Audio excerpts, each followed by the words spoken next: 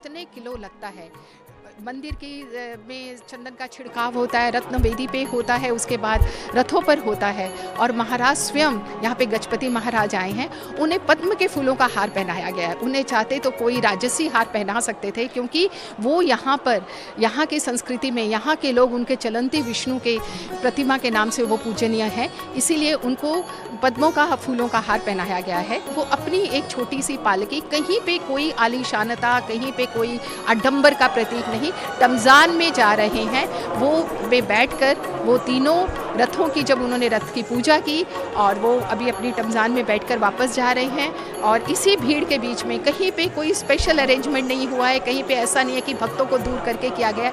इसी भक्तों के समंदर के बीच में राष्ट्रपति, महामहिम राष्ट्रपति महोदया, केंद्रीय मंत्री धर्मेंद्र प्रधान जी, उप मुख्यमंत्री प्रभाती परिडा और उनके साथ दूसरे उप मुख्यमंत्री जो हैं वो सभी उनके साथ होते हुए जा रहे हैं। यहाँ पर कहीं पे कोई भेदभाव नहीं किया जा रहा। हाँ, सुरक्षा की दृष्टि से कुछ भक्तगणों को कुछ कष्ट हो सकता है, लेकिन ऐसा नहीं है कि उनके लिए कोई विशेष कॉरिडोर बना दिया गया है और इस बड़दांड में उनके लिए व्यवस्था की गई है, क्योंकि भगवान के सामने सभी समान हैं।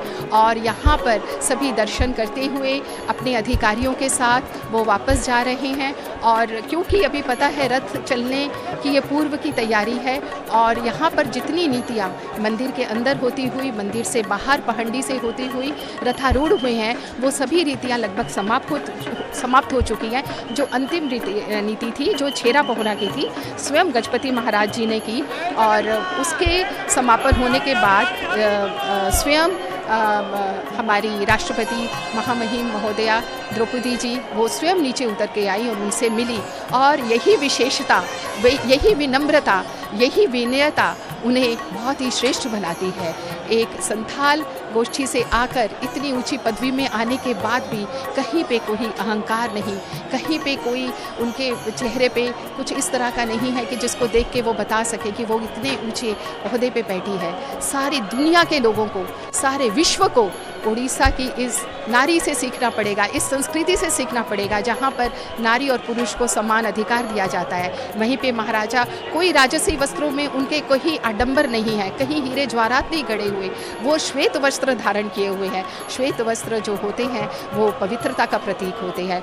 महामहिम गवर्नर महोदय भी यहाँ पे उपस्थित है, वो भी अपने रथ यात्रा का आनंद लेते हुए, क्योंकि सभी को लगता है कि हम ये चीज़ कभी ना छोड़ पाए, कहाँ पे भी हमको थोड़ी सी अनुमति मिले, थोड़ी सी सुविधा मिले तो स्वयं प्रभु को जाकर रथ में क्यों ना देख पाए। क्योंकि यहाँ तो ऐसा कहा गया है, रथस्य वानम दृष्टनम पुनः जन्म न लभ्यते, कपिल संहिता में कहा गया। रथे तो वाननम दृष्टा पुनर्जन्म न भूयते, कि और भविष्य में जन्म नहीं होता है। अगर हम रथ पे विराज, अगर हम प्रभु को देख लें तो हम जन्म मृत्यु के इस चक्र से हमको मुक्ति मिल जाती है। और सभी तो यही चाहते हैं, हम इस भवसागर से कैसे पार जाएं। और यही विनम्रता का संदेश देते हुए, स्वच्छता का संदेश देते हुए, स्वच्छ भारत श्रेष्ठ भारत जो नारा चारों तरफ लग रहा है, ये केवल नारा नहीं, ये करके दिखाया गया है। लोकतंत्र कैसे चलता है ये करके दिखाया गया है, जहाँ पे राजा स्वयं हाथ में चाहे वो झाड़ू सोने की मूठ की है, पहरा मतलब होता है बुहारना, झाड़ू लगाना, और चंदन घिसे हुए जल को छिड़क के वो जब बाहर लगाते हैं इस छेरा पोहरा पद्धति से, वो पूरे विश्व में ये एक देना चाहते हैं, ये बताना चाहते हैं कि हमारे देश में हम सभी समान हैं। जैसा कि पहले एक बंगला में गीत कहा गया था कि आमरा सबाई राजा आमादेरी राज्य राज्यते, तो हम लोग सभी राजा हैं यहाँ पे और सभी प्रजा है। सभी यहाँ पे प्रजा और राजा की कोई भी जो बंधन है या जो सीमाएं हैं वो टूट चुकी हैं। प्रभु के आगे सभी समान है, सब समदृष्टि से देखते हुए प्रभु।